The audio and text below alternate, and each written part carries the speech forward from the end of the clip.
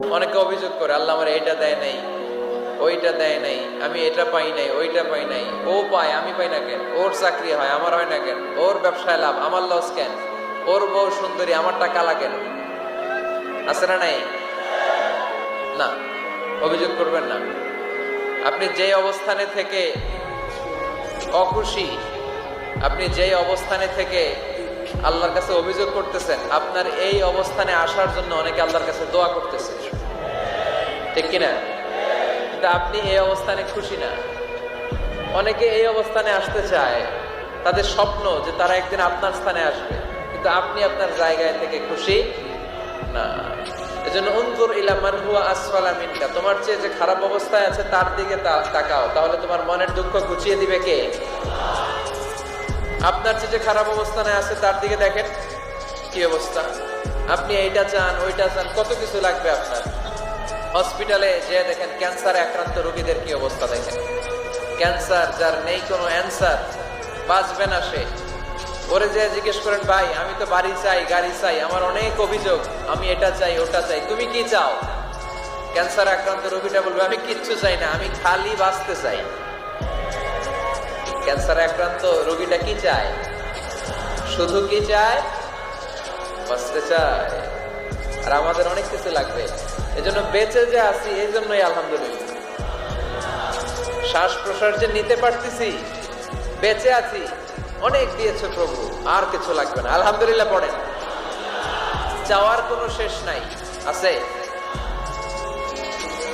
লাউ আন্না লিকুল্লি ইবনি আদম ওয়াদিয়ান মিন যাহাব আহাব্বা আন ইয়াকুনা লাহু ওয়াদিয়ান ওয়া লা ইয়ামলা ফাহু ইল্লা তুরাব।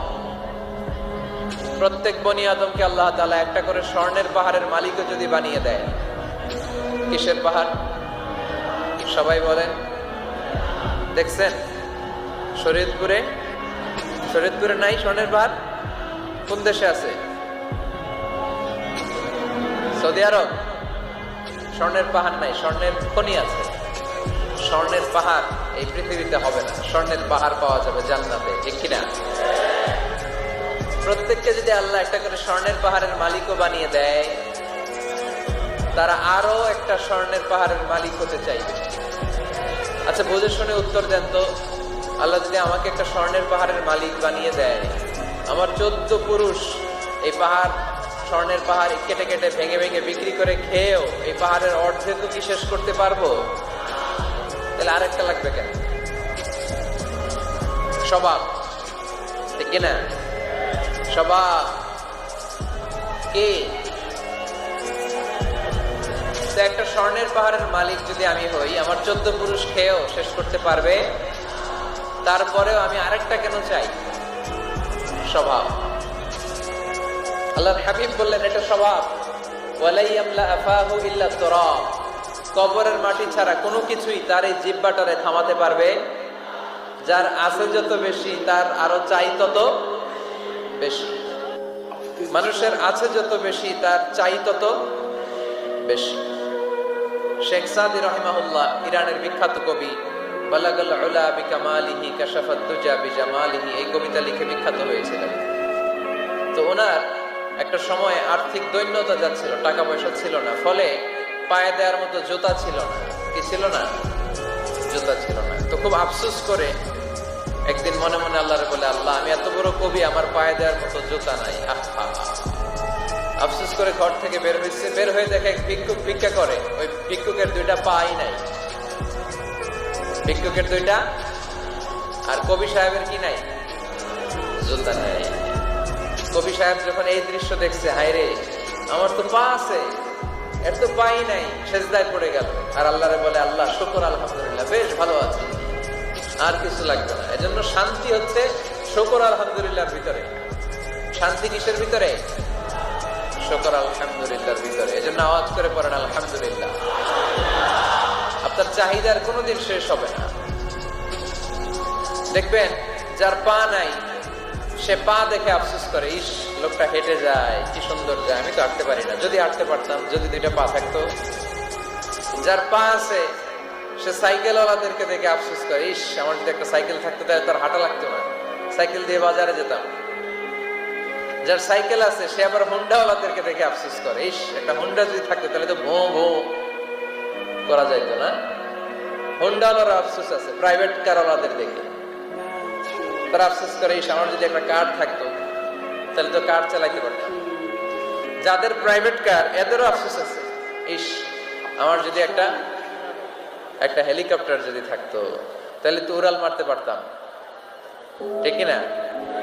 হেলিকপ্টার ওয়ালাদেরও আফসোস আছে, আমার যদি একটা জেট প্লেন থাকতো, jet plane, private jet plane, ও প্রিন্স ওয়ালিদ বিন তালালের মতো 70% মেড অফ গোল্ড, তার একটা জেট প্লেন আছে, এটার 70% স্বর্ণ দিয়ে বানানো। তার মানে চাওয়ার কোনো শেষ আছে নাই। সুখ শান্তি যদি চান অলওয়েজ পড়বেন আলহামদুলিল্লাহ। কে পড়বেন? টাকা যার বেশি টেনশন তার বেশি। সাধারণত টাকা যার বেশি রোগ তার বেশি, টাকা যার বেশি শান্তি তার কম। আপনি খোঁজ নিয়ে দেখেন 1000 কোটি টাকার মালিক, ঘরে শান্তি নাই, স্ত্রীর সাথে মনোমালিন্য, স্ত্রী যায় একদিকে উনি যায় আরেকদিকে, পোলায় কই যায় পোলায় নিজেও জানে না, মেয়ের অবস্থা খারাপ, আরেক ছেলের সাথে হাঁটে। তো এই হচ্ছে এদের লাইফস্টাইল। সবাই না, আল্লাহ যারা তারা ভিন্ন। রাতে এদের ঘুম হয় না, অনেকগুলো ঘুমের ট্যাবলেট খেয়ে ঘুমাতে হয়, ঘুম আসে না, ঘুম আসে না। কিন্তু রিক্সাওয়ালা, কুলিওয়ালা, দিনমজুর, এদের রোগ বালাই আছে? কথা বলেন। খাওয়ার সমস্যা আছে, ঘুমের সমস্যা আছে, শুইলেই ঘুম আসে, যেখানে রাইত ওইখানেই গাই। ঘুমাইতে দেরি, নাক ডাকতে দেরি হয় না, ওর নাকের ডাকের আওয়াজে ট্রাকের ইঞ্জিন ওঠে। শান্তির ঘুম। এই জন্য সবসময় শান্তি খুঁজতে হবে। কি খুঁজবো? শান্তি দেওয়ার মালিককে। আল্লাহ তুমি এই দেশটাকে শান্তিময় করো, শরীয়তপুরটাকে তুমি শান্তিময় করো, আজকের মাহফিলটারে কবুল করো। শামসুল হক শিকদার জামি মসজিদ কমিটির উদ্যোগে 10ম বার্ষিক তাফসিরুল কোরআনের মাহফিল, স্থান জাজিরা, কেন্দ্রীয় ঈদগাহ ময়দান। এটা জাজিরার নাম অনেক শুনেছি আমি, আসা হয়নি, এই প্রথম আসলাম আলহামদুলিল্লাহ। 3 দিন ব্যাপী তাফসিরুল কোরআনের প্রোগ্রামের আজ 3য় রজনী। আমার আগে কথা বলেছে মুফতি কাজী মোহাম্মদ ইব্রাহিম, গতকাল কথা বলেছে মাওলানা এম হাসিবুর রহমান, কথা বলেছে মাওলানা আব্দুল খালেক শরীয়তপুরী। যারাই কথা বলেছে কোরআন হাদিসের আলোকে যা বলেছে আমরা যেন আমল করতে পারি, আল্লাহ তৌফিক দান করো। সঙ্গীত পরিবেশনায় ছিল মশিউর রহমান, সুর সম্রাট, অ্যাডভোকেট রোকনুজ্জামান, ইসলামী সঙ্গীত শিল্পী, star voice champion Imtiaz Ahmed. আজকের প্রোগ্রামের প্রধান অতিথি জননেতা জনাব ইকবাল হোসেন অপু সাহেব, মাননীয় সংসদ সদস্য শরীয়তপুর 1 আসছেন উনি। প্রতিনিধি হিসেবে চেয়ারম্যান সাহেব যিনি বক্তব্য রাখলেন, সুন্দর বক্তব্য রেখেছেন উনি। বিশেষ অতিথি জননেতা আলহাজ মোবারক আলী শিকদার, চেয়ারম্যান উপজেলা পরিষদ জাজিরা। মাশাআল্লাহ, কত সুন্দর ইসলামের পক্ষে কথা বললো। এরকম চেয়ারম্যান আমরা চাই কি চাই না? অনেক চেয়ারম্যান মাহফিল বন্ধ করে দেয়, আছে না নাই? এগুলো ওনারা ভুল করে। ওনাদের উচিত মাহফিলগুলোতে আসা। যেমন আপনাদের চেয়ারম্যান এসেছে, আপনাদের ভালোবাসায় সিক্ত হয়েছে, ঠিক কিনা? আপনাদের দোয়া নিয়ে গিয়েছে, দোয়ার দরকার আছে না নাই? দোয়ার অনেক দাম। এজন্য জনপ্রতিনিধি যারা, আমি ওনাদেরকে বিনয়ের সাথে বলবো আপনারা মাহফিলগুলোতে আসবেন, এসে জনগণকে সালাম দিয়ে যাবেন, দোয়া নিয়ে যাবেন, দোয়ার অনেক দরকার। অতিথি হিসেবে আরো আছে জনাব মোহাম্মদ ইউনুস ব্যাপারী, জিএম নুরুল হক সাহেব, মোহাম্মদ ওমর ফারুক সাহেব। যারাই এসেছে আল্লাহ সবাইকে কবুল করো। বিশেষ করে আমার যুবক ভাইদেরকে আল্লাহ তুমি কবুল করো। সৈয়দনা ওমর ফারুকের মতো ইসলামের বীর সেনানী হিসেবে কবুল করে নাও। পর্দার আড়ালে মা বোনদেরকে আল্লাহ, বিশেষ করে আমার যুবক ভাইদেরকে আল্লাহ তুমি কবুল করো। সৈয়দনা ওমর ফারুকের মতো ইসলামের বীর সেনানী হিসেবে কবুল করে নাও। পর্দার আড়ালে মা বোনদেরকে আল্লাহ তুমি কবুল করো। আম্মা জান আয়েশা রাদিয়াল্লাহু তাআলা আনহা, খাদিজাতুল কুবরা রাদিয়াল্লাহু তাআলা আনহার মতো মহিয়সী, গরিয়সী, নেককার নারী হিসেবে কবুল করো। আসলে আমরা সরাসরি কোরআন থেকে শুনি, কারণ কোরআন থেকে শুনলে বরকত বেশি না কম? আরো জোরে বলেন, বেশি না কম? এটা এমন একটা কিতাব যে কিতাবে কোনো ভুল নাই। আছে? সন্দেহ আছে? সংশয় আছে? মুত্তাকিনদের জন্য এই বইটারে হেদায়েতের কিতাব করে নাজিল করলো কে?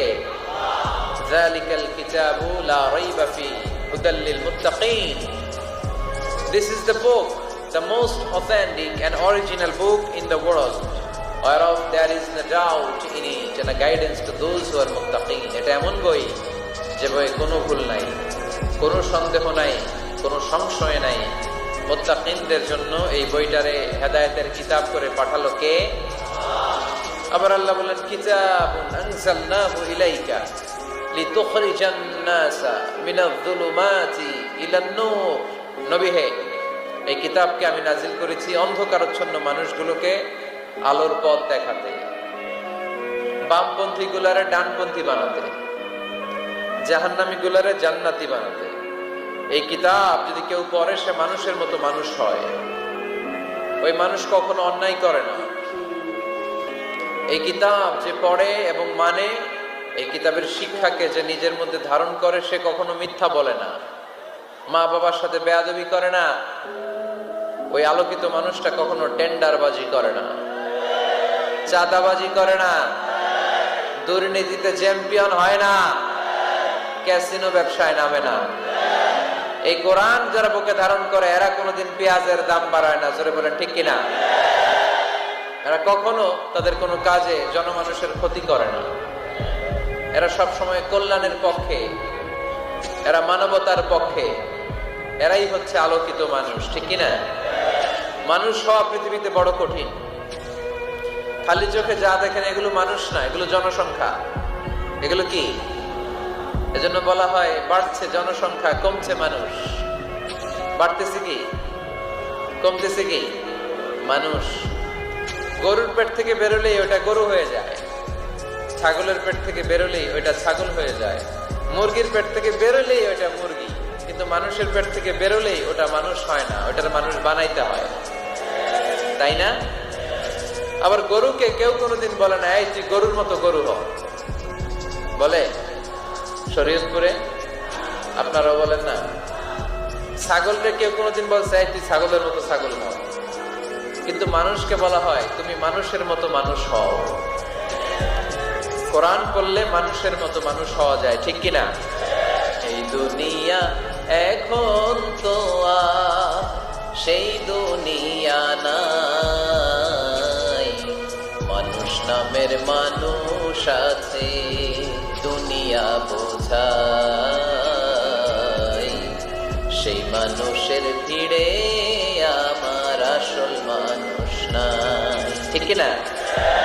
আসল মানুষের বড় অভাব, মানুষের মতো মানুষ খুঁজে পাওয়া দুষ্কর।